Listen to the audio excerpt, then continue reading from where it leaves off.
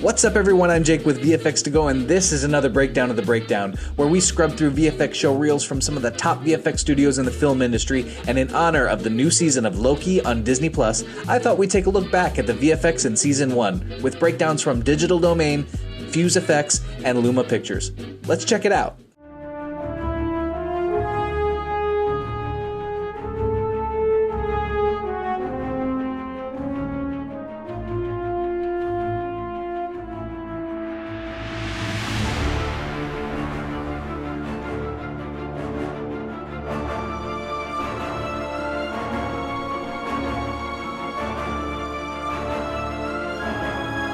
Alright, that's an epic shot. I love seeing that you can create so much with so little. Let's go back. As you can see, they really started with nothing. They have just gravel, some puddles, blue screen, they have a little bit of some kind of shop on the left, and then they really built up this town around the scene. Something really interesting about this as we scrub through it, as we focus on the building on the left right here, we just see this window, right? But as we scrub through the work they've done, that's where they place this practical facade that they used on the set. And they just use that to cover up the front of that to really blend the scene together. This is just a beautifully made shot, very well composed. I love seeing all these elements of steam and fog coming in through the shot. It looks like they had some practical fog on set, and as we play it forward, they've almost replaced all of it. This little section of fog right here is practical, but this on the left that comes crossing over Loki and Sylvie is added later.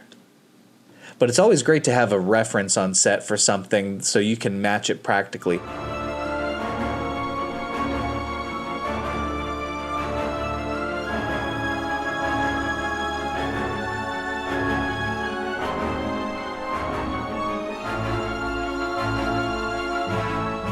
I love Miss Minutes and what they've done with this character.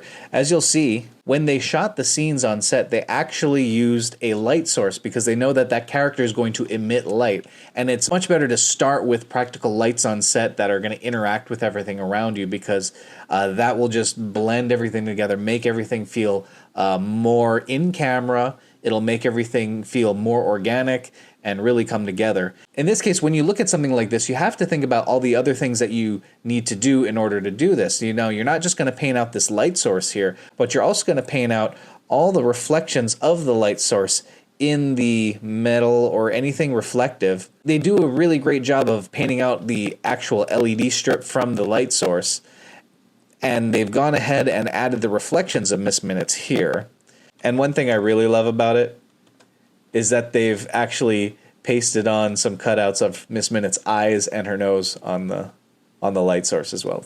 Again, here they are with the light source that they've erased, but they've done a great job not just erasing it, but you have this pole right here for whoever's puppeting the light source, because as we see in this scene, it jumps from here to over here. Look closely on the lamp here. You can see the shadows moving around accurately as they would for Miss Minutes. So that tells me that this pole right here is it's basically a puppeting rod that somebody's off camera just moving it like a boom pole. But they're doing a great job of painting it out too. When we look at Loki's face and his hair, it's pretty straight edge along the nose, but along the hair is sometimes tricky to rotoscope. So you can see it looks like they've actually added a little bit of hair here to help clean up the roto as well, and that's a great workaround solution there too. And you know, as you see, they also have the blue screen back there that they replaced with more set, and even her reflection in this glass over here too. Let's go back and take another look at the reflections, because she's there, but you can also see her reflection in the glass as well. So great attention to detail. Oh, something else to point out too. It's not just a thing to paint out the light source, but also, again, going back to reflections, painting out reflections is quite difficult if there's something moving around back there on the other side of the window or the glass. But in this case, thankfully, nobody's moving around, so it makes painting out something like that a little easier. So my hat's always off to the paint and roto departments of any VFX studio.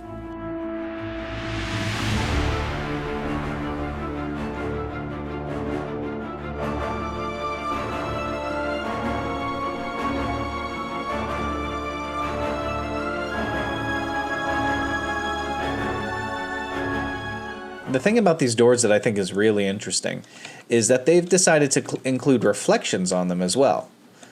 So in this case right here, you have Loki's reflection in the actual door. Now, there's nothing there. There may be a little bit of light source. You see that there's probably some sort of low light over here that's giving him the color of the door itself, but there's nothing there to actually capture a reflection. So what they've probably done is just cut him out, duplicate him, and move him over here, put him out of focus. They probably just took the duplicated layer and darkened out his face or put it in shadow, and it's so out of focus you can't really tell, but that's a great attention to detail as well, I think. Speaking of reflections, they've done a great job here of also including the reflection of the door in the table as well here. I think that's really great. And there you have it, Loki Season 1 with VFX breakdowns from Digital Domain, Fuse FX, and Luma Pictures.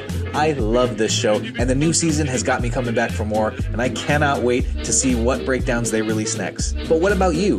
What do you think of the effects in Loki? Is there an effect that you love that I didn't cover? Or maybe there's another Marvel show with VFX that you think I need to check out? Let me know in the comments below, and I'll definitely check it out. If you like this breakdown, please go ahead and smash that thumbs up button and subscribe for more tips, tutorials, and breakdowns like this one. You can find us on the socials at VFX2Go and our website VFX2Go.com. And if you want to check out another cool VFX breakdown, click here. Until next time, I've been Jake, and as always, reframe what's possible.